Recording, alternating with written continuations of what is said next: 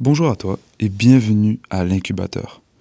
Ce podcast a pour but de faire découvrir aux gens des nouvelles façons de penser et des leçons de vie que j'ai apprises du haut de mes 23 ans. Alors je ne prétends pas avoir tout vécu et tout expérimenté, mais j'en ai vécu assez pour me rendre compte qu'il y a un réel problème dans la façon dont les gens pensent aujourd'hui et dans le nivellement vers le bas qu'on est en train d'observer, principalement dans nos sociétés occidentales. Alors si tu sens que tu peux aller chercher plus loin, que tu peux aller chercher une meilleure vie pour toi-même, que tu peux t'améliorer, mais que tu ne sais pas comment, alors ce podcast est pour toi. Ce podcast ne dure que 25 minutes. Et ce podcast sera fait sans coupure. Donc c'est un défi aussi pour moi d'arriver à résumer mes pensées, résumer mes idées, tout en gardant ton intérêt. Alors, fais ta marche, cuisine, fais quelque chose pour occuper légèrement ton corps, mais laisse ton esprit libre et concentré sur ce que je vais dire. En espérant que ma voix soit assez agréable pour que pendant ces 25 minutes, tu sois assez concentré et assez entertained, comme on dit en anglais, pour m'écouter et arriver à tirer des leçons de ce que je vais dire. Alors, le sujet d'aujourd'hui, pour ouvrir un peu ce nouveau chapitre, est l'art de chercher la difficulté. Alors c'est un mantra que j'utilise dans beaucoup de mes vidéos et dans ma vie en général, parce que c'est quelque chose que je n'ai pas pris dès le début.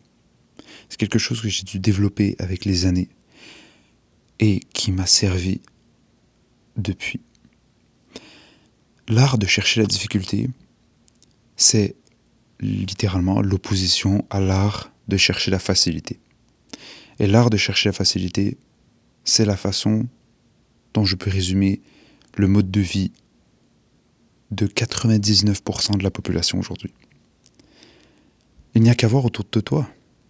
Je veux dire, quand tu regardes quelqu'un, pourquoi est-ce que quelqu'un prendrait la voiture plutôt que le vélo, plutôt que la marche? Et il pourrait te dire, oui, mais c'est parce que j'ai pas le temps. Oui, mais parce qu'il faut que j'aille rapidement. Oui, mais je m'en fous en fait à la fin. À la fin du jour, c'est pour chercher la facilité. Pourquoi est-ce que quelqu'un prendrait, si on prend dans le contexte de la musculation, pourquoi est-ce que quelqu'un prendrait de l'Ozempic? Donc cette chose qui est supposée te faire obtenir des abdominaux sans difficulté, plutôt que la musculation et entretenir une bonne diète, un bon cycle de sommeil, entretenir une méthode de travail qui est rigoureuse et qui est constante. Je mélange un peu avec l'anglais. Donc pourquoi quelqu'un choisirait l'Ozempic plutôt que toutes ces choses à travailler? Il pourrait te dire que c'est parce il n'a pas le temps, encore une fois, que parce que ça va lui permettre de faire autre chose en même temps, que d'optimiser. Non, c'est parce que c'est facile. Problème. Bon, pour la voiture, j'imagine que tu vas pas faire 3000 km à pied. Quoique nos ancêtres, ils étaient quand même chauds. Hein. On peut dire qu'eux, ils n'avaient pas vraiment le choix. Et ça, c'est aussi une autre chose qu'on pourrait discuter, le choix, justement.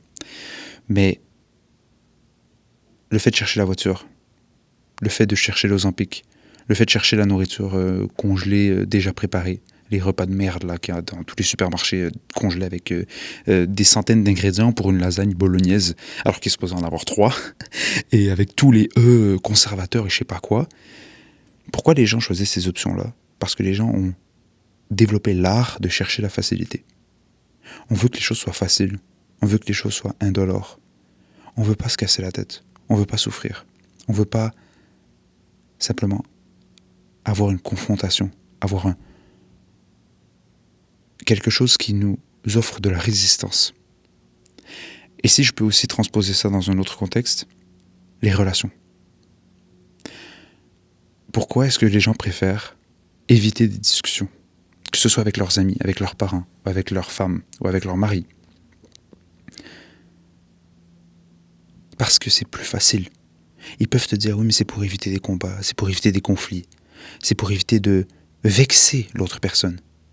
Mais en réalité, ces personnes ne veulent qu'éviter la confrontation, éviter la difficulté de la conversation, Éviter que le ton monte, éviter de dire les vraies choses. Et oui, de potentiellement vexer la personne sur place, mais de potentiellement lui offrir une amélioration.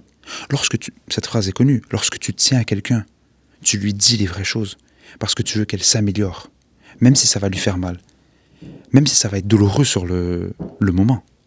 Tu penses à son futur. Donc on prend le contexte du sport, on prend le contexte des relations, on prend le contexte de l'alimentation, on prend le contexte du déplacement, comme j'ai donné l'exemple avec la voiture.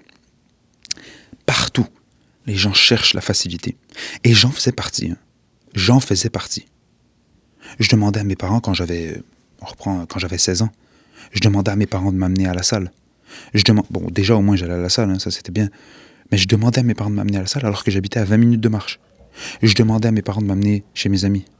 Je voulais pas parler aux femmes. Pas parce que j'avais pas de charisme, j'étais bon. On va dire que sur l'échelle de 1 à 10, disons que j'étais plus dans la moitié inférieure, niveau charisme, niveau physique, niveau tout en fait. Voilà. J'avais de l'humour, on peut dire, mais bon, ça compense pas tout. Mais j'avais peur. Et je me trouvais des excuses. Ouais, mais non, en fait, je suis concentré sur moi-même, je veux pas parler. Je cherchais la facilité. Parce que c'était dur d'aller parler aux femmes et de te prendre des râteaux. Avec mes amis aussi, j'avais des difficultés à leur dire les vraies choses. Aujourd'hui, c'est beaucoup plus facile. Aujourd'hui, je le dis directement. Parce que, attention, c'est ça la phrase aussi que je viens de dire. C'est beaucoup plus facile parce que j'ai appris à chercher la difficulté. Donc c'est facile pour moi de repérer quelque chose et de me dire, ah, ça c'est la partie difficile, donc il faut que je l'apprenne. Il faut que j'aille dans cette voie. Mais si je peux donner un exemple concret, quand j'avais 16 ans, je cherchais toujours la facilité. Partout, même pour la nourriture. Mes parents me préparaient des plats incroyables. Et je cherchais quand même de manger les vieilles ramen sèches dégueu et des boîtes de thé, cannes de thon, de sardines, parce que c'était facile. Parce que j'avais pas besoin de faire de vaisselle après. J'étais vraiment... j'ai honte en fait quand je parle de moi il y a quelques années. J'ai honte en fait. C'est catastrophique. C'est vraiment catastrophique. Ça fait seulement 8 minutes de podcast et je suis déjà en train de m'ouvrir à mon passé. J'ai déjà des sueurs froides. Mais je pense que beaucoup d'entre vous peuvent se reconnaître, honnêtement, dans ce que je dis, parce que le fait qu'on regarde de notre passé avec autant de honte en fait et de gêne et d'harchouma, comme on dit, c'est le signe qu'on a changé. Parce que dites-vous qu'il y a des personnes que non, des personnes que depuis 16, 17, 18 jusqu'à la trentaine, ça reste des gamins. Ça reste des gamins. Ça sort en boîte de nuit les fins de semaine, ça dépense son argent dans des inutilités, ça va à droite et à gauche avec des femmes et tout ça, ça s'amuse. Ah là je mets des énormes guillemets, si je pouvais les mettre dans un podcast audio, là je les mettrais, mais des énormes guillemets dans le s'amuser. Et tout ça c'est des signes de facilité, parce que c'est facile de sortir le samedi soir. C'est facile d'aller en boîte de nuit, la musique elle est déjà là, c'est facile d'entretenir des relations d'un soir, ou de simplement, comment ils appellent ça déjà, le terme que je déteste là, des amis avec avantage.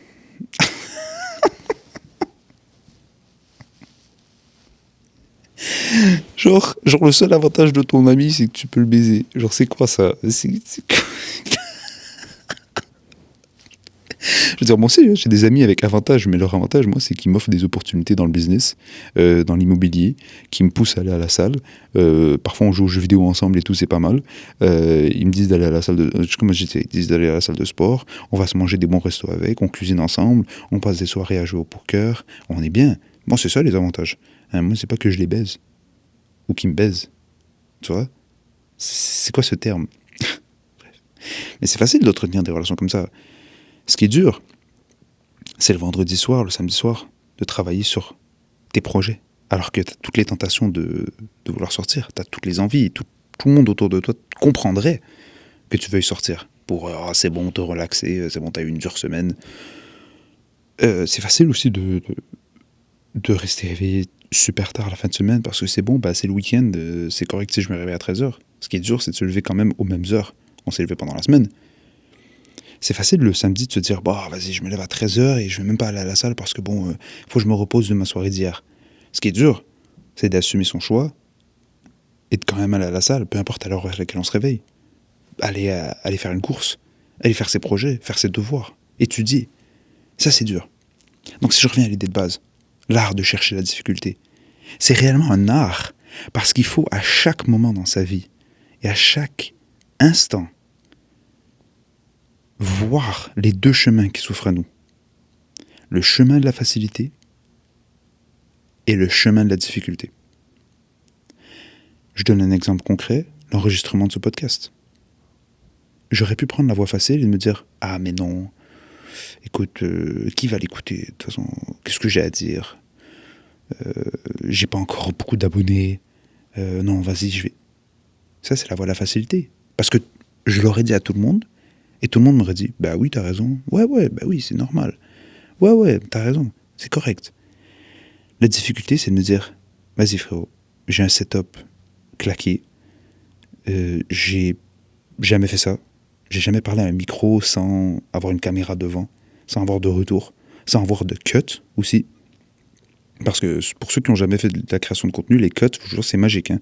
Tous vos créateurs de contenu préférés, ils enregistrent 50 fois la même ligne. Ils ont l'air d'être une bande d'attardés mentales parce qu'ils répètent constamment les protéines et les glucides. Qu'en faire ?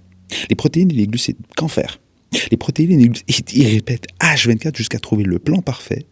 Et après, ils coupent tout le reste. Et toi, tu as l'impression qu'ils ont enregistré leur vidéo de 30 minutes one shot. Alors que ça leur a peut-être pris 3 heures. Expérience vécue. Mais justement, j'ai pas mon setup. J'ai pas le meilleur des micros à je sais pas combien de centaines de dollars. J'ai pas, ou d'euros. Là, vous avez repéré que je suis canadien, mais je pense déjà avec mon accent, ça s'entend un peu. Tabarnak. J'ai pas la meilleure des caméras. J'ai pas le studio de fou. Mais qu'est-ce que j'en ai à foutre ? Je vais faire ce que j'ai envie de faire maintenant. Et oui, ça va peut-être pas marcher. Et oui, ça va peut-être marcher, hein. Moi je l'espère. Mais je m'en fous. Je prends la voie difficile, je fais ce que je veux, et j'emmerde le monde. Même chose pour la salle. C'est facile pour quelqu'un de se dire « Ah, hier j'ai pas beaucoup dormi, c'est bon, je vais skip ma séance aujourd'hui, je vais me reposer, je vais dormir. » Les gens vont comprendre, de toute façon, si je vais le dire aux gens, ils vont me dire « Ouais, t'inquiète, t'as tout le droit, t'as vraiment... c'est normal, on aurait fait pareil. » Par contre, tu vas parler à quelqu'un d'autre qui est habitué de chercher la difficulté, il va te regarder, il va te dire « Qu'est-ce que je m'en fous ? T'as dit que t'allais à la salle ce matin ? Qu'est-ce que tu fais ? À moins que tu te casses la jambe, il n'y a aucune raison. Tu vas à la salle. T'es fatigué ? Bravo, c'est ton choix de toute façon. C'est toi qui as décidé de dormir tard la veille. Pourquoi est-ce que le toi du lendemain devrait payer pour les choix du toi d'hier ? Non. Je répète. Pourquoi est-ce que le toi du lendemain devrait payer pour les choix du toi d'hier ? T'as foiré. T'as décidé de dormir tard, t'as décidé de manger de la merde. Eh ben assume. Assume. Et assumer, c'est faire ce qu'on a dit qu'on allait faire, même si on n'a plus envie de le faire. Et ça, c'est l'art de chercher la difficulté. Et lorsque vous appliquez ça dans chaque aspect de votre vie, vous allez devenir méconnaissable par vos proches. Parce qu'à chaque fois que vos proches vont penser que vous allez choisir la facilité comme tout le monde, comme la normalité, comme la majorité des personnes, vous allez les surprendre. Et vous allez commencer à recevoir des commentaires. Vous allez commencer à recevoir des commentaires comme « Ah mais tu te donnes trop. Non mais t'es trop intense. Non mais c'est bon, calme-toi, repose-toi. » Ah mais moi je me repose. Hein. Mon repos par contre c'est pas de me mettre des sales races avec des gens que j'aime pas, dans des boîtes de nuit que j'aime pas, dangereuses en plus, et de traîner avec des meufs qui me méritent pas, qui me regardent juste comme une espèce de pièce de viande de merde, et que je suis juste le random guy numéro 357 à qui elle a parlé ce soir et qu'elle a essayé d'embrasser. Non. Moi, c'est pas ça ma définition de me reposer. La définition de se reposer peut varier pour tout le monde.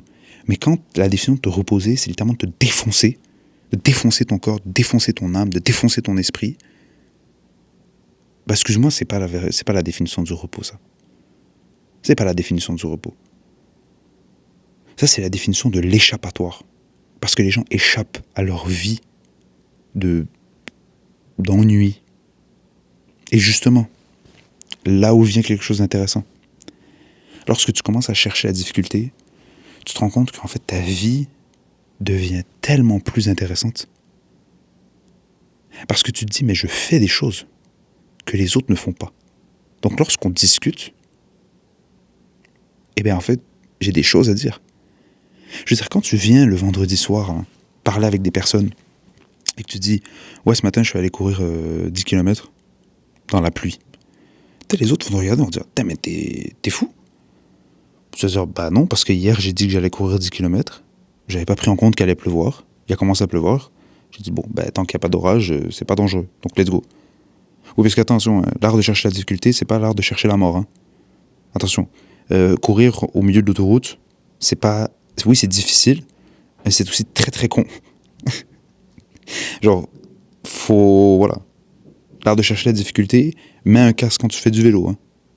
Quand même. Sois pas con.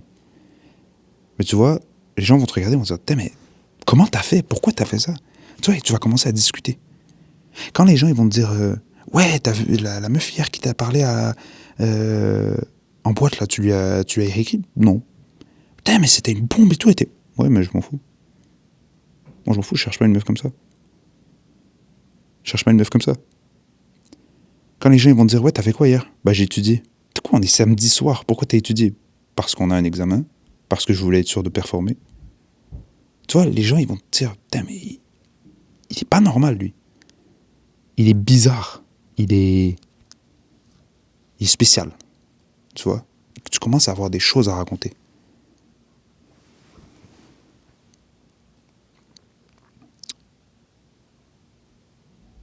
Ne pensez pas que l'art de chercher la difficulté va vous permettre simplement de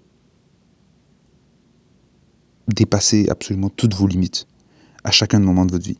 Parce que, n'oubliez pas que toute votre vie, vous avez été habitué à chercher la facilité.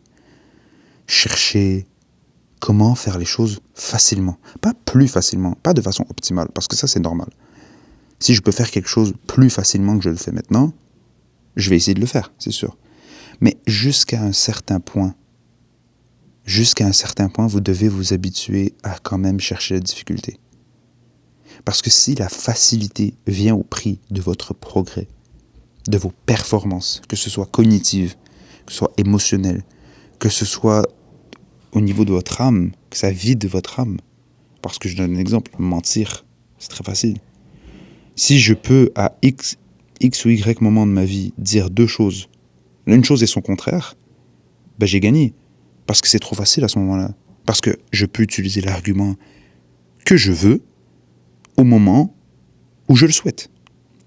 Mais vivre avec la vérité, c'est dur, mais ça nourrit votre âme. Parce que et ça vous donne de la valeur. Parce que lorsque vous êtes honnête, les gens le savent. Et ils savent que lorsque vous leur dites quelque chose, c'est la vérité. Et donc ça nourrit votre âme, ça vous donne une réputation de mec honnête, de mec sincère, de mec valeureux, qui a de la valeur, qui tient à ses valeurs. Mais lorsque vous êtes une merde qui ment tout le temps, ben dès que vous faites cramer, c'est fini. Votre parole ne veut plus rien dire. Donc oui, vous avez choisi la facilité, mais ça vous a coûté votre âme, ça vous a coûté votre réseau social.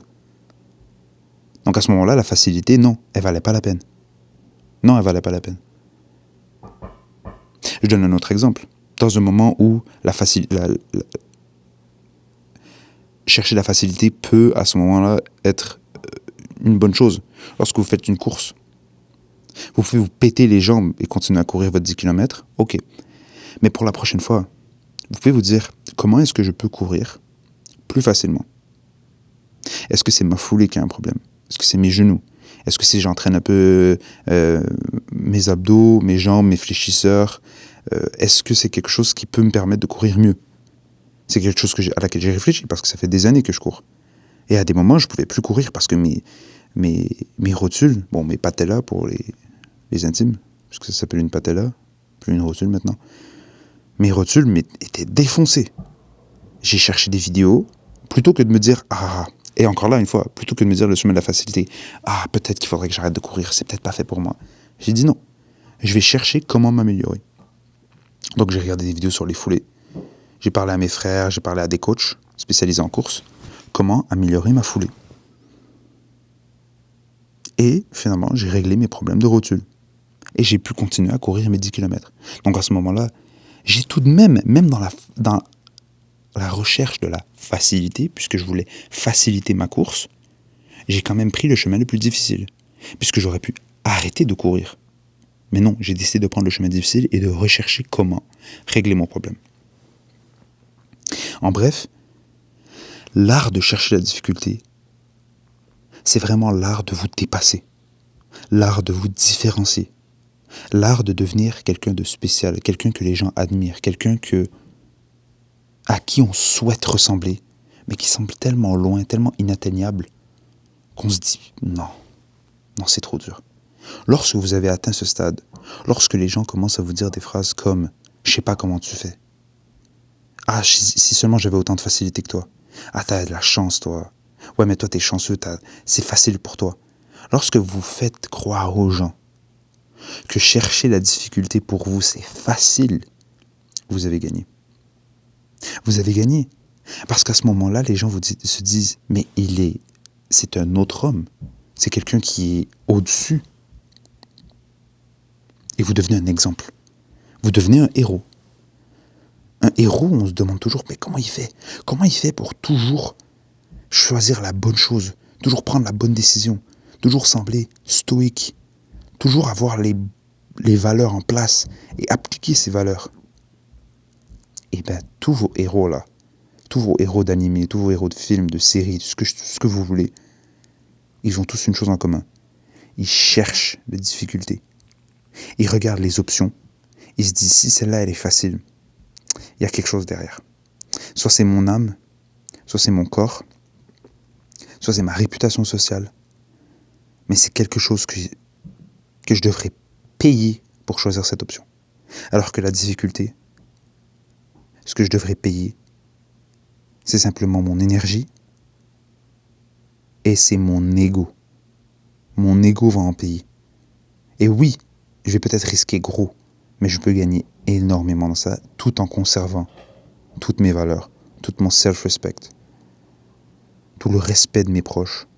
Et surtout, que si je réussis à sortir de cette voie la plus difficile, je deviendrai un homme meilleur. Et ça, c'est puissant. Ça, c'est très, très puissant.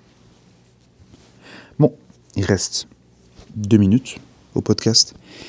Déjà, j'espère que ce premier épisode vous a plu. C'est un podcast qui va être fait de façon hebdomadaire ou bi-hebdomadaire, qui, dans le futur, a pour objectif de passer en mode vidéo, lorsque j'aurai